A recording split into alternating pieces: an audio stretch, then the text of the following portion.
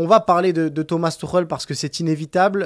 Depuis qu'il est arrivé, il n'y a eu que 2 petites victoires et 2 défaites, dont une spectaculaire face à Manchester City. On a vu les stigmates de cette défaite aussi sur le visage de Leroy Sané ce week-end, puisqu'il y a eu l'altercation avec Sadio Mané. J'ai envie de te poser une question très directe. Dans quel traquenard est tombé Thomas Tuchel?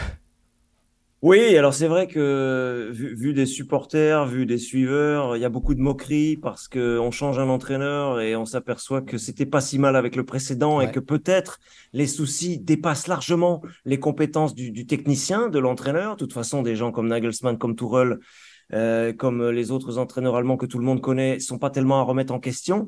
Et on s'aperçoit en fait, Cyril, qu'on est vite dépassé par le simple sportif et que les structures même du club sont en train au Bayern de vraiment changer, de vraiment bouger et que c'est pas si facile de remplacer humainement sur le management, sur le recrutement, sur l'impact qu'on peut avoir d'homme à homme, des gens comme Karl-Heinz Rummenigge, Ouais. comme Uli Hoeneß. Ça paraît bête, mais il y a un vrai challenge, un vrai défi pour des gens comme Salihamidzic, comme Tourelle, bien sûr, maintenant, et Oliver comme, Kahn aussi.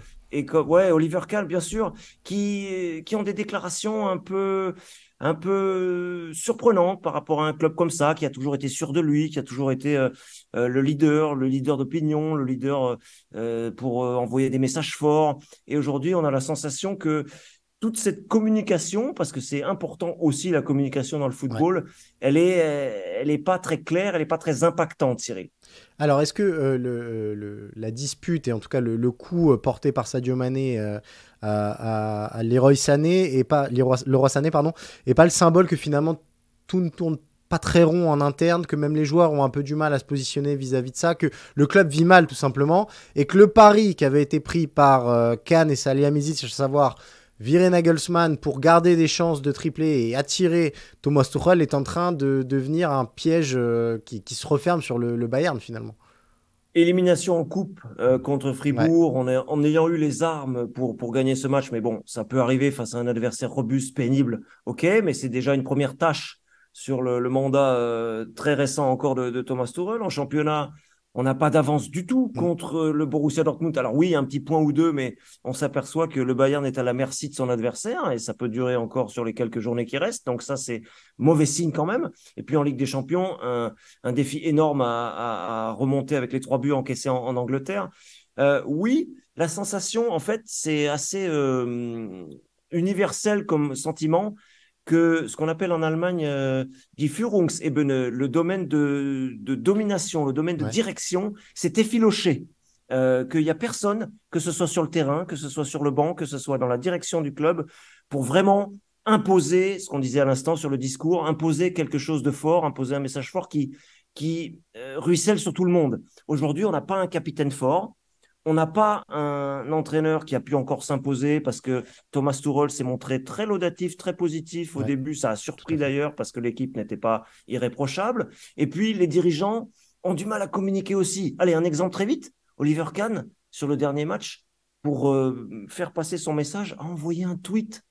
Alors oui, c'est moderne, mais au Bayern, on marche pas comme ça. On vient Ouais. en conférence de presse, on s'impose, on roule un peu des mécaniques et on dit, ben voilà, ça n'a pas été, il faut changer des choses. Et Oliver Kahn est passé par un canal de communication moderne. Ça ressemble pas au Bayern, et on a l'impression que la direction aujourd'hui n'est pas claire, n'est pas forte. Et ça se ressent, Cyril, effectivement, sur le terrain.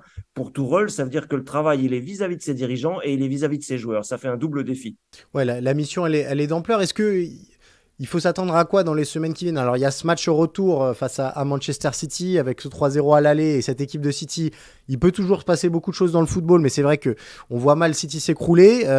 Pep Guardiola a quand même dit cette déclat. Le Bayern n'est plus dangereux dans cet état-là. Parfois, il faut du conflit pour que cette équipe avance ensemble. Je connais bien ce club. Est-ce que tu es d'accord avec cette analyse-là ou pas du tout et tu ne crois pas à un réveil magique du Bayern mercredi?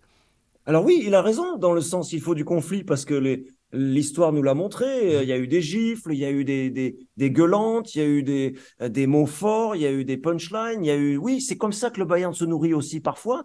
Mais aujourd'hui, très clairement, soyons concrets, les deux leaders sur le terrain, Matthijs de Ligt, Benjamin Pavard, sont les deux seuls qui sont aujourd'hui au niveau de ce qu'on attend des joueurs du Bayern. Devant, ça tricote fébrilement et il n'y a pas de but. On s'entend pas forcément et on commence à s'agacer Sadio Mané n'a pas encore trouvé sa place, n'a pas encore retrouvé son meilleur niveau Ouais, sportif. Et on a l'impression que même si Tourelle installe une équipe, une structure claire, les joueurs n'ont pas les moyens aujourd'hui pour. Bah ouais, je reviens sur ce mot d'impact.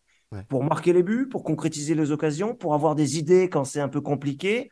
Et ouais, il faut peut-être retrouver du conflit. On en a. Il y a eu des disputes. Nagelsmann ne s'entendait pas avec tout le monde. On a peut-être surestimé aussi sa capacité à créer des conflits à lui. Peut-être que le jugement par rapport à Nagelsmann est pour l'instant raté, que c'est une erreur de casting de l'avoir dégagé. On en saura plus dans quelques ouais, semaines. Pour le championnat, ça va peut-être passer. Pour la Ligue des Champions, il faudrait vraiment un concours de circonstances, Cyril. L'expulsion d'un défenseur de Manchester, un Sané ou un Gnabry qui réussit sur sa première offensive et derrière ça s'enchaîne. Oui, on peut espérer. Mais globalement, aujourd'hui, les supporters sont déjà, disons-le, passés à la saison prochaine.